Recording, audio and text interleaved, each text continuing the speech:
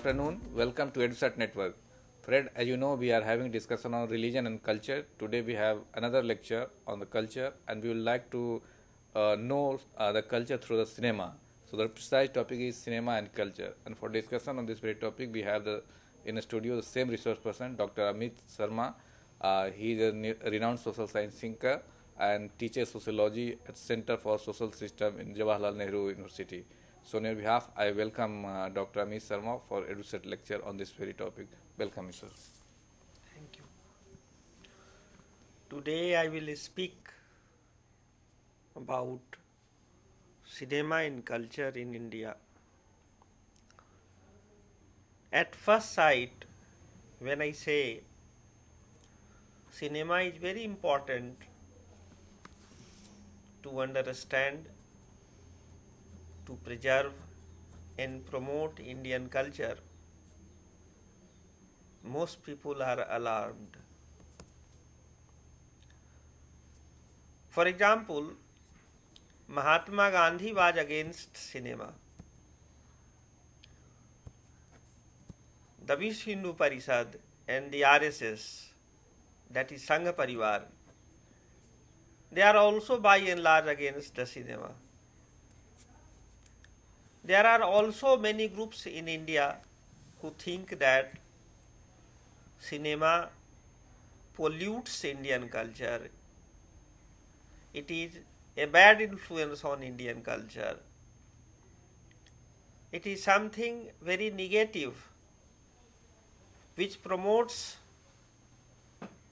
the bad habits, the bad manners, and the bad attitudes of man on the celluloid. I do not agree with all these views. In my opinion, cinema had played a very important role in the preservation, promotion, and dissemination of Indian culture. We will try to understand why it is so. Cinema is a form of technology. Printing is also a form of technology. Indian society, Indian culture has been oral in nature. Therefore, when the print technology came in, it had destabilizing influence on Indian society in the beginning. But when cinema came in, it gave an opportunity to express one's views about Indian culture, even if they were not educated, even if they were not literate. In case you were illiterate, in case you were uneducated, the print technology is not friendly to you. But there is a contradiction, because I have claimed that up to 18th century, India was one of the most literate, one of the most educated society of the world. Then why I am raising the question of illiteracy? The reason is very simple. Our educational system, like the economic system, was destroyed by the British in India. How they destroyed it? Actually, there was a system in India that temples played a very important role in society. They were the custodians of society, and every temple was given almost 30% of the land of the village. And out of the earnings of those 30% lands which the temple owned, the temple provided education, the temple provided health, the temple provided religious services, the temple provided guidance about agriculture, the temples provided counseling to the villagers. Therefore, Indian education was not dependent on the state up to 18th century. Now, what happened during the British rule? The British, in the very beginning, the first ruler of the East India Company in India was Robert Clive. He was succeeded by Warren Hastings. Many things changed during Warren Hastings. It was both positive and negative. But by the time Lord Cornwallis came in, he introduced the permanent settlement. Now, what was the specific feature, salient feature of the permanent settlement? It altered, it changed, it modified ownership, legal ownership of land, rivers, mountains and forests. Before Lord Cornwallis, the land belonged to the people. The river belonged to the people. The mountain belonged to the people. The forest belonged to the people. The state had no legal ownership of all these natural resources. By permanent settlement, Lord Cornwallis claimed that the land belongs to the state, the river belonged to the state, the mountain belonged to the state, the forest belonged to the state, and these natural resources will be given to some Indians in case they are ready to cooperate with the East India Company, with the British Raj. And a new class emerged, the class of Jamindars, the class of contractors. The Jamindars were given the legal right to collect taxes on land.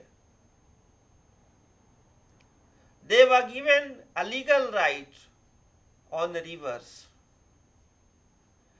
Then there were contractors who were given legal right over the forest, over the mountains. Now, once the village, the people had no right on the land, once the land belonged to the state and the Jamindar, the people had no legal power to give 30% of the land to the temples. As a result, the self-financing scheme of the temple was destroyed. It affected education. It affected health. It affected R&D in agriculture. It affected sciences like Ayurveda and astrology, that is Jyotish Shastra. It affected Vastu Shastra. It affected science and technology in India, because the temple was custodian of not only education and health, it was also a custodian of arts and sciences. Therefore, when Lord Cornwallis permanent settlement was made a permanent feature of India, education system was destroyed, illiteracy and uneducated people became the defining feature of Indian society. This was one attempt. Then the second attempt was launched. Two institutions were made. One was the Asiatic Society of Bengal under the leadership of William Jones, and second was a project called Sacred Books of the East under the editorship of Max Muller. William Jones and Max Muller, they are regarded as Indologists. They tried to codify the Indian texts. They tried to translate the Indian text into English. Now, translation was not something new to India. Even during the medieval period, a lot of translation took place. Indian sciences and Indian technologies and Indian philosophies were translated into Arabic and Persian. And through Arabic and Persian, it went to Europe. The historians have commented about this fact that the Muslims played a very important role in the Renaissance of Europe. When Europe was under the spell of Christianity, Catholic Church, the knowledge about the pagan Rome, the pagan Greece and pagan Egypt was suppressed. There was not much knowledge about the science and technology of India and China. But when Renaissance began, the Europeans tried to translate the Arabic and Persian texts, which were the translations of Sanskrit text, Pali text and Prakrit text and Chinese text into European languages. Therefore, there is a genealogy, historical genealogy of modern science which is rooted in the East. But the West was not content with the existing knowledge. They innovated on this foundation. As a result, the printing technology was discovered by the Europeans, primarily by the Germans. And the first printed book in the world is the Bible. Now, when the British came in India, they tried to print Indian text into English. As I said, under the leadership of William Jones and Max Muller. But very few Indians were educated, and fewer Indians were educated in English language. Therefore, the society was internally divided between the masses and the elite. The elite were those who could speak English and write English and read English. But the majority of masses did not understand English. They used to conduct their life in Indian languages. Fortunately or unfortunately, English emerged as the language of learning not only during the British rule but also when we became independent country in 1947. Today, almost all major educational institutions of India conduct their educational and research activities in the English language. Whether you like it or not. But in case you do not know the English language, you cannot understand what is going on in the world of academia in India. In contrast to the universities, the cinema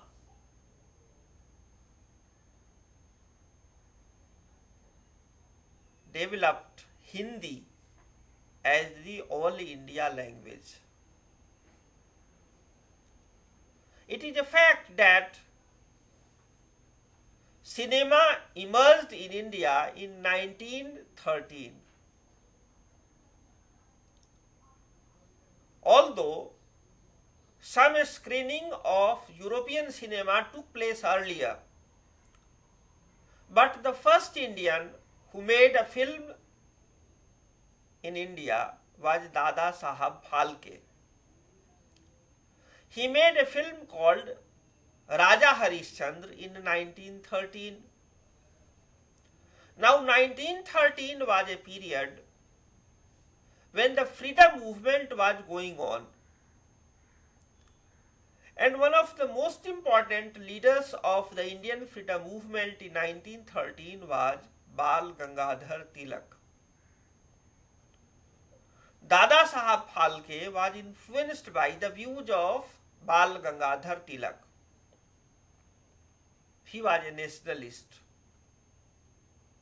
He was an entrepreneur. He wanted to make an Indian film on Indian theme. And the film which he had in mind was Life of the Jesus Christ, which he had seen. Therefore, it is a fact that cinema is a Western technology, a Western medium. And Dada Sahab Phalke was influenced by a film called Life of the Jesus Christ. Therefore, the cinema in India is not the Indian invention. It is an adaptation of the Western technology in Indian soil, in Indian context.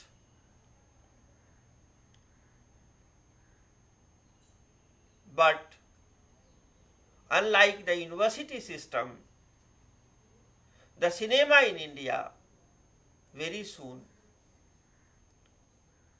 discovered an Indian language, that is Hindi or Hindustani.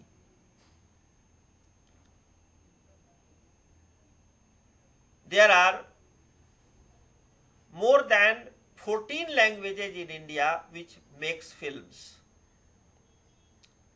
And together, India produces almost 1,000 films every year. Whereas America or the Hollywood produces only 250 films at the maximum. In other words, cinema in India is the largest industry in the world. We are the second most populous country in the world. We are the largest democracy in the world, but we are also the largest film making country in the world. And cinema is the only product which is not influenced by and large by the by the Hollywood. Indian films are by and large very Indian in content, in packaging, in technology. They take inspiration from the West.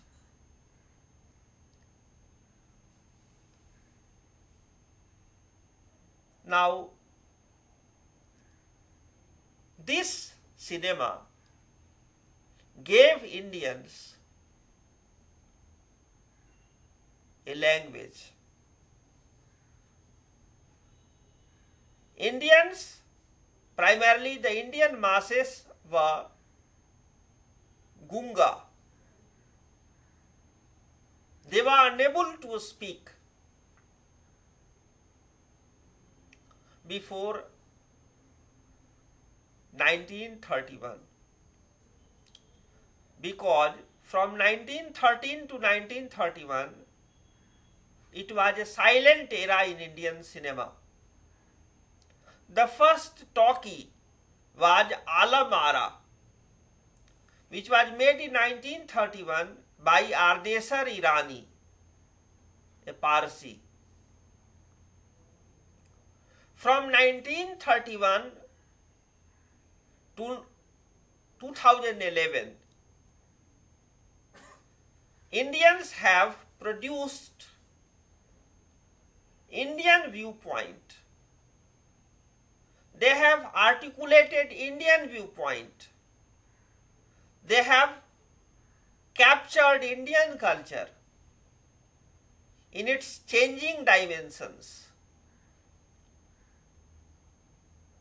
And this contribution of Indian cinema is yet to be understood and yet to be appreciated by Indians as well as foreigners.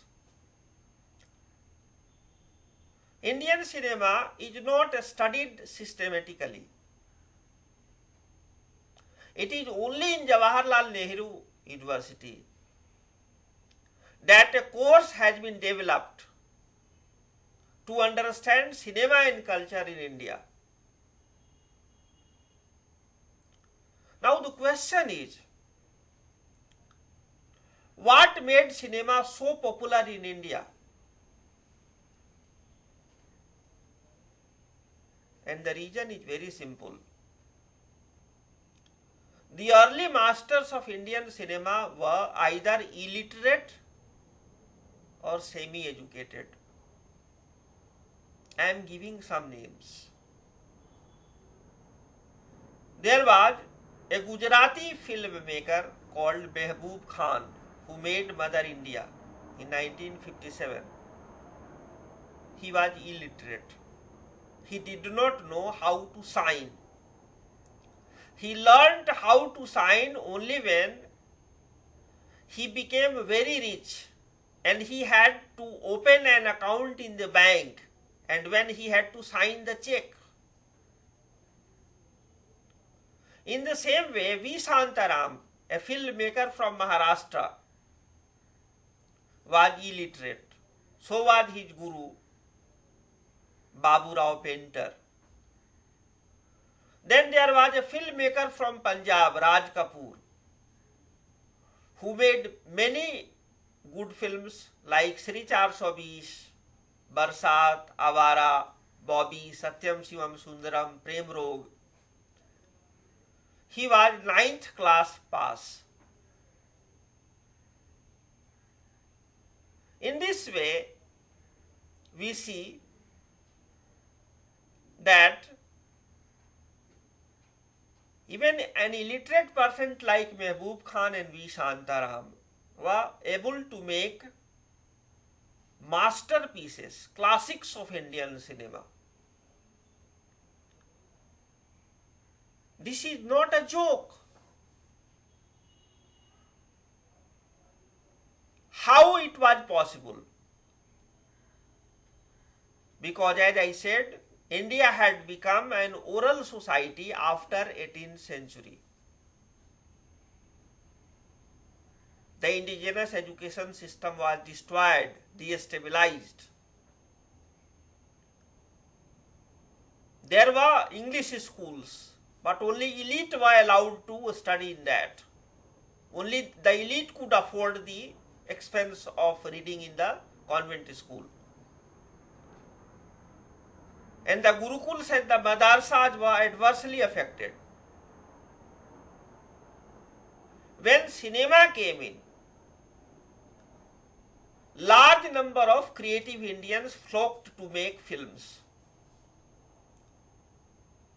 And there were 5 major centers of Indian cinema.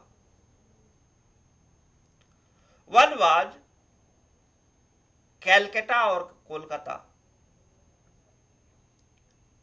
Second was Lahore, now in Pakistan. Third was Madras or Chennai. Fourth was Mumbai or Bombay. And fifth was initially Kolhapur and then Pune. These 5 centers are very interesting. Calcutta, Madras and Bombay were the capitals of East India companies, different zones of East India Company. Bombay was initially a Portuguese town which was given to the British in gift, in matrimonial gift. Calcutta and Madras was developed by the British. But Lahore was an Indian town in undivided Punjab. Kolhapur was an Indian town. Pune was an Indian town. Indian cinema was adversely affected after the partition. Why? Because Bengal and Punjab was divided into India and Pakistan. When East Bengal became separate from West Bengal, the Bengali cinema declined. It became uneconomical to make films in Bengali language because half of the audience went to Pakistan, now Bangladesh. In the same way, when Punjab was divided, Lahore became part of Pakistan. As a result, many filmmakers from Lahore shifted to Bombay. Many filmmakers from Kolkata shifted to Bombay. As a result, after 1947, Bombay became more important than other centers. After the death of Dada Saheb Phalke, Kolhapur declined as a film center and Pune became important. Later on, Pune people also shifted to Bombay. As a result, we had basically 2 important centers in India, Bombay and Madras. Madras used to produce films not only in Hindi but also in Tamil, Telugu and Malayalam. Some films were made also in Kannada. But it is very interesting that almost all major filmmakers of Hindi cinema came from non-Hindi speaking areas. In case you wanted to know when Hindi speaking people became important in Hindi cinema, you will be surprised to note that before 1970s, no major filmmaker or film artist from Hindi heartland played any important role in Hindi cinema. The first Hindi speaking person in Bollywood was Amitabh Bachchan. Therefore, it is important to understand that Hindi as a mother tongue is more a creation of the Hindi film industry than the state of India. The state of India under the influence of Mahatma Gandhi made Hindi the national language of India. But Jawaharlal Nehru made English the additional official language of India. Initially, English was made additional official language of India only for 10 years. But the 10 years expired in 1957, and even in 2012, the official language of Indian state is English. It is shameful, but it is a fact. Now, when the three language formula was adopted by the Indian government, it was assumed that Hindi will be accepted by the non-Hindi speaking states as the third language. But there was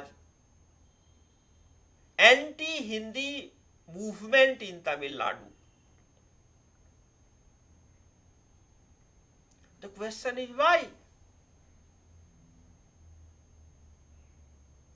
One of the reasons is that the Congress party in Tamil Nadu was challenged by DMK,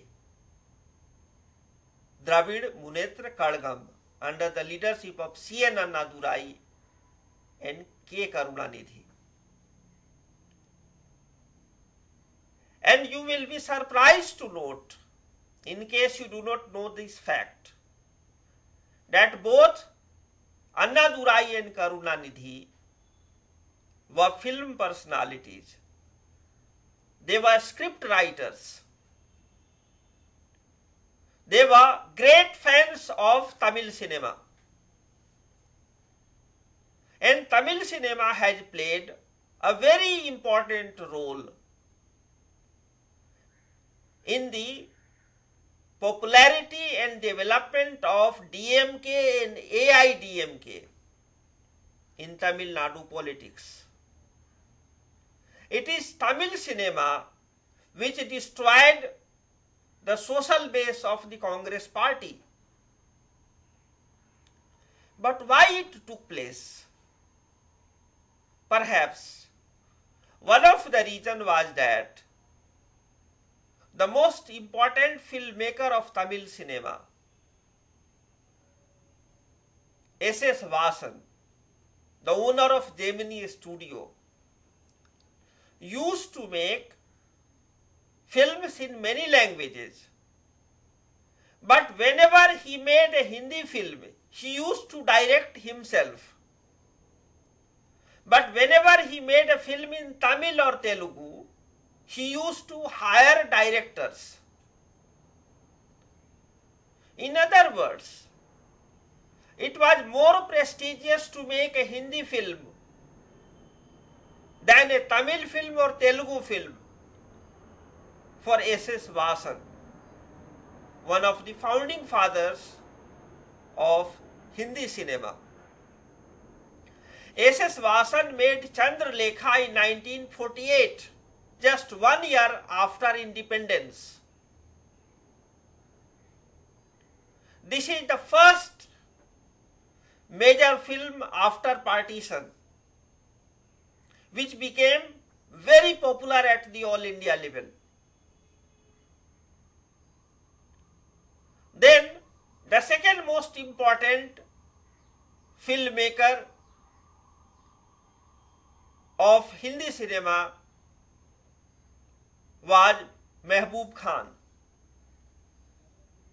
a Gujarati. The third important filmmaker of Hindi cinema was Sohrab Modi, again a Gujarati of Parsi lineage. The fourth important filmmaker of Hindi cinema was V. Shantaram, who used to make films both in Marathi and Hindi. He was a Marathi speaking person. The fifth most important Hindi filmmaker,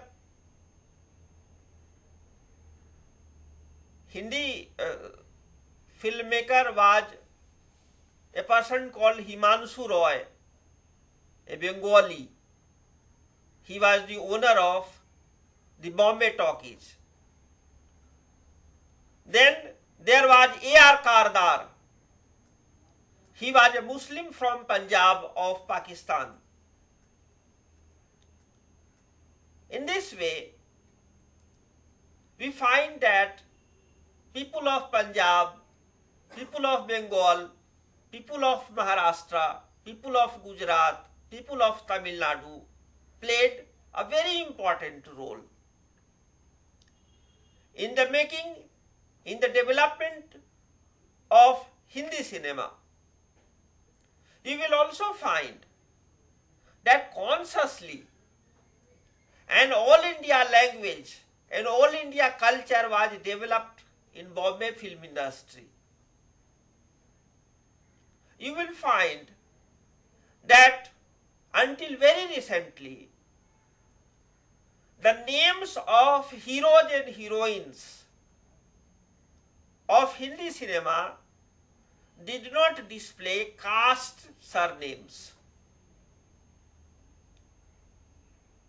Most of the heroes and heroines were known by the first names. Therefore, an attempt was made to create a contemporary culture of India through films. Films not only preserved Indian culture of medieval times, there was also reform movement through cinema. The Bombay Talkies of Himanshu Roy was influenced by the Brahma Samaj movement of Bengal. The people at Calcutta, for example, Devki Bose, and his followers like Bimal Roy, were influenced by the freedom movement, the Swadeshi movement of Bengal. A.R. Kardar was a Sufi. He was followed by many people in Bombay cinema.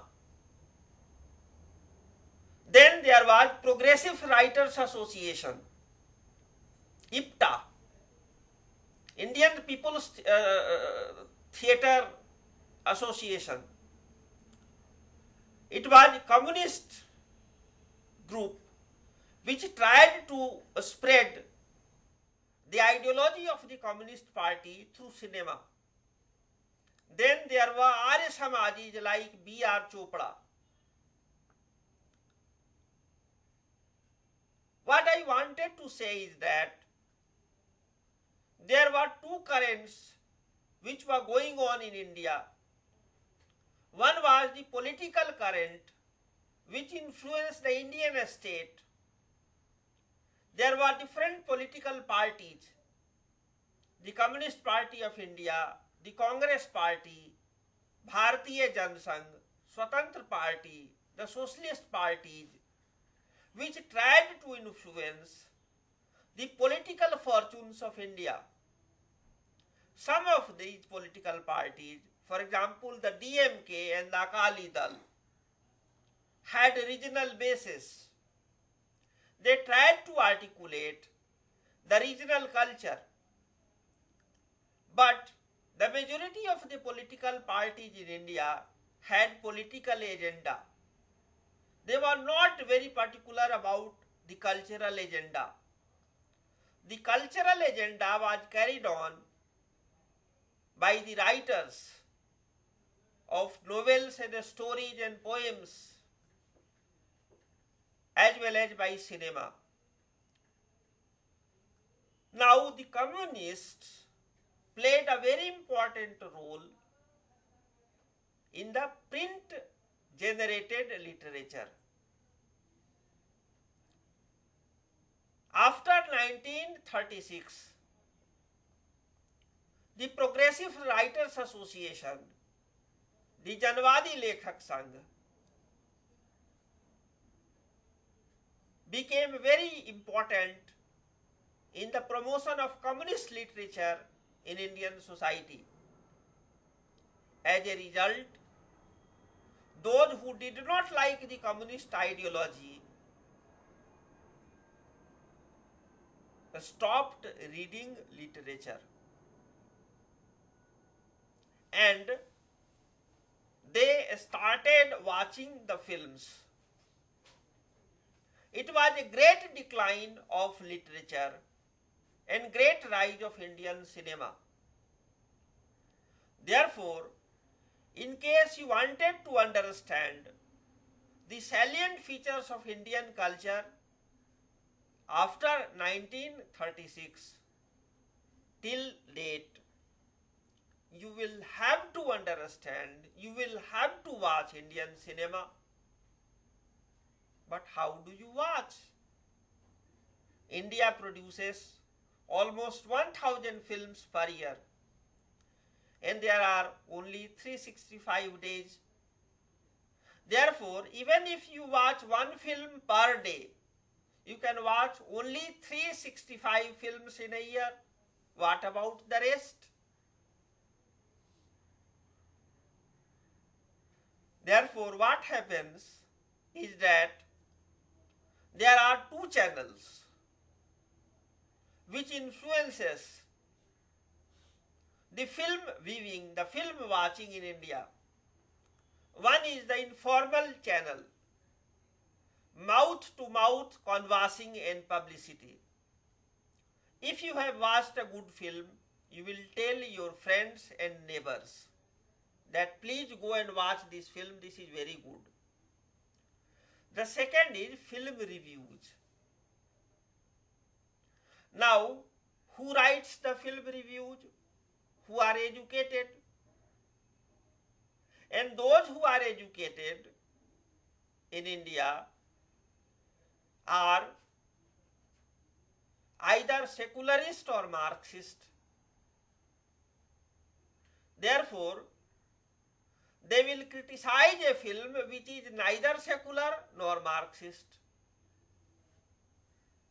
As a result, you find that a class has been created which is called parallel cinema or new cinema or progressive cinema or art films, which is appreciated and eulogized by the film reviewers.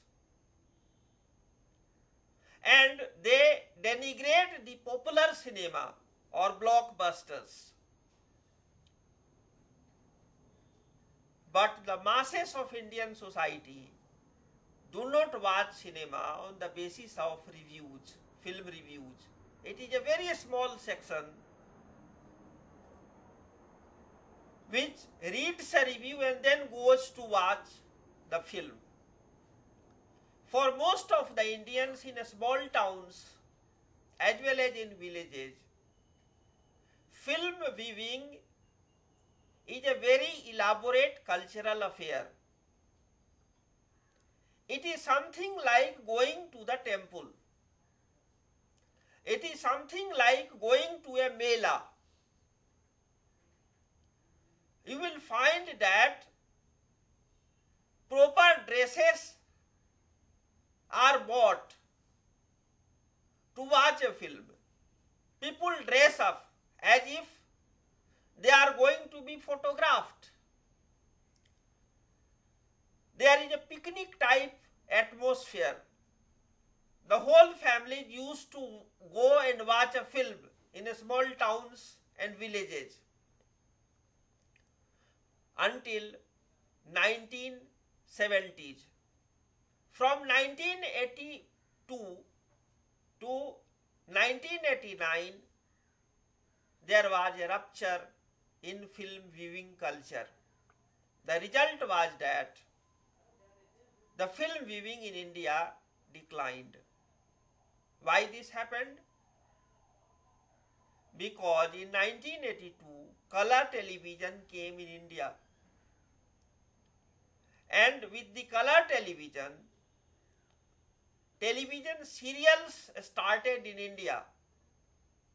The first serial was Hum Log. It was followed by Bunyad, Ramayan, Mahabharat, Chanakya, The Sword of Tipu Sultan, The Great Maratha, etc. It created a very interesting situation in Indian culture.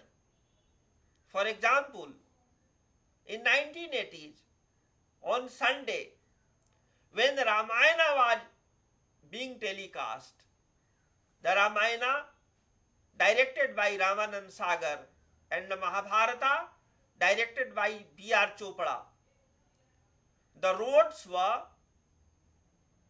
open, empty. Nobody went on the road, nobody went on the in the market during the screening of Ramayana and Mahabharata. It had unprecedented popularity. And even today, you will find that religious films or films with religious message are very popular in India. The reason is very simple. Majority of Indians are very religious even today. You find that any city is divided into different areas which is centered around a temple or cinema hall. What is common between a temple and a cinema hall? Both have a very striking similarity. There is a Garbhagriha in the temple. The Garbhagriha is that place in the temple where the icon, the main deity is located. And the Garbhagriha is usually dark. It is in the inner part of the temple where sun rays does not go. It has no windows. Therefore, the darkness of the temple is similar to the darkness of the cinema hall. And when the film is being screened, the cinema hall is kept dark. But when you watch television, you do not switch off your light. The light is there when you watch cinema, but there is darkness when the light is there when you watch television, but there is darkness when you watch cinema. Now what happens in the darkness? You commune with the main characters on the screen. This is a communion which is very similar to the communion of the deity and the devotee in the temple. Therefore, I have said that Indian temples and Indian cinema are homologous. They are structurally similar. There is a temple of desire in the cinema hall. One thing is very striking, that the religion in India, as I have said, is very different from the religion elsewhere. Indian religions emphasize harmony between the spiritual and the material. Indian gods are both ascetic and erotic. For example, Lord Krishna and Lord Shiva. Both are erotic, both are ascetic. This harmony, this synthesis between eroticism and asceticism is also depicted in the popular cinema of India. In this way, Indian cinema has played a very important role in the preservation and promotion and transformation of Indian culture from late medieval period to contemporary times. I will stop here and invite questions and queries. What is the present status of cinema? How will you reflect upon this? This is a very difficult question, because the status of cinema in Malayalam is very different than the status of cinema at Bollywood. The status of cinema in Bhojpuri speaking area is very different than the status of cinema in Tamil Nadu. But in case you asked me, I will say that after globalization began, after liberalization began in 1991, there has been two different phases. In the first phase, when we had films like Hum Aapke Hain Kaun and Dilwale Dulhaniya Le Jayenge, Kabhi Khushi Kabhi Gum, Indian cinema attracted Indians at the global level. The NRI community, the Indian diaspora, tried to search its root in Indian cinema. This was the first phase, which went from 1989 to 1990, late 1990s. After that, you find that there is a very important change. Earlier, people of villages and small towns used to be the heroes and the heroines, the lead characters of Indian cinema. But usually, after 1990s, the story of the cinema was gradually shifted from village to urban spaces. The urban cinema, the upper middle class cinema, came to dominate the mainstream cinema of Bombay. As a result, the masses were alienated from the Bollywood cinema. This gave rise to the development of Bhojpuri cinema, for example. Bhojpuri cinema today is watched and seen not only by the Bhojpuri speaking people but also by the Punjabis. It is also seen by the Africans. Therefore, there was both a push and a pull factor which operated in contemporary cinema. The pull factor is the greed for the dollar or the pound or the euro. Indian filmmakers targeted the overseas market and they neglected the Indian market. They targeted the multiplexes where the rate of the ticket is very high, and they neglected the single screen theatre. Okay. This was one development. But the other development was that there were some filmmakers who tried to target the single screen theatre as well. For example, recently there was a film called Dabangg, which was all India hit. In 2006 there was a film called Vivah, which was a all India hit. It was appreciated at home as well as abroad. Therefore, there is not one tendency today. Indian cinema today is characterized by three types.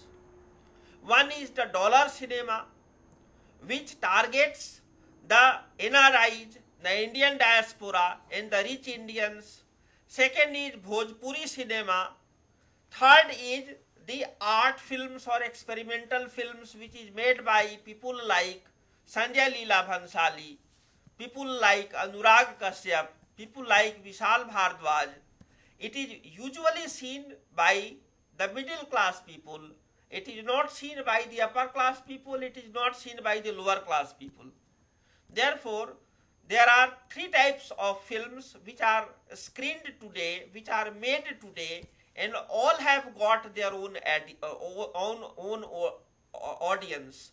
But one thing is very important, and that is the spread of the multiplexes. Now it is possible to make a small budget film and it can be released. Now it is possible to make films for the DVD market. Now it is possible to make films by using the digital camera. Earlier, filmmaking was a costly business. Now the new technology has made it possible where cheap filmmaking, less costly filmmaking is possible, and it can be seen on the DVD, it can be seen on the TV. Okay. What about the Indianness and the Indian theme, which is, as you said, that predominant at the early phase of Predominant? At the early phase of the cinema. The earlier phase of Indian cinema was usually the cinema of villages and small towns. It was centered around the villages, how village life portrays Indian culture. They used to capture the village life. They used to capture the good aspect of village life. They used to capture the problems of migration to the cities. Now the trend is being shifted. Now village is being seen as a place of illiterates, as a place of raw material producing people, as a place of unskilled laborers, which was not the case in 1950s or 1960s. Okay. So, do you think any kind of shift will come in coming days or not? Will continue with it? This is a difficult question to answer. We cannot say what will happen in the future, but one thing is very clear. Even today, Indian cinema is the only cinema which is challenging Hollywood cinema. The Hollywood cinema has destroyed cinema everywhere else, including in Japan and China. But Indian cinema has maintained its specific feature. Now, dubbed films of Hollywood are being produced and screened in India as well. For example, Anil Ambani has invested lots of money in the Hollywood. Therefore, in the period of globalization, changes are taking place. This is both desirable and undesirable. I cannot say exactly what will happen, but one thing is very clear. Even in the future, Indian cinema will maintain wholesome entertainment. It will never copy the style of the Hollywood films where only narratives are given or where only spectacle is given importance. Indian cinema includes song and dance. Indian cinema includes comedy, action, and romance. Okay. Whereas in other places you have different genres of cinema. So, well, friends, we would like to conclude the lecture here, and I thank all of you for watching the our program, and I also thank Dr. Amit Sharma for giving such an wonderful and insightful lecture on cinema and culture. Thank you very much.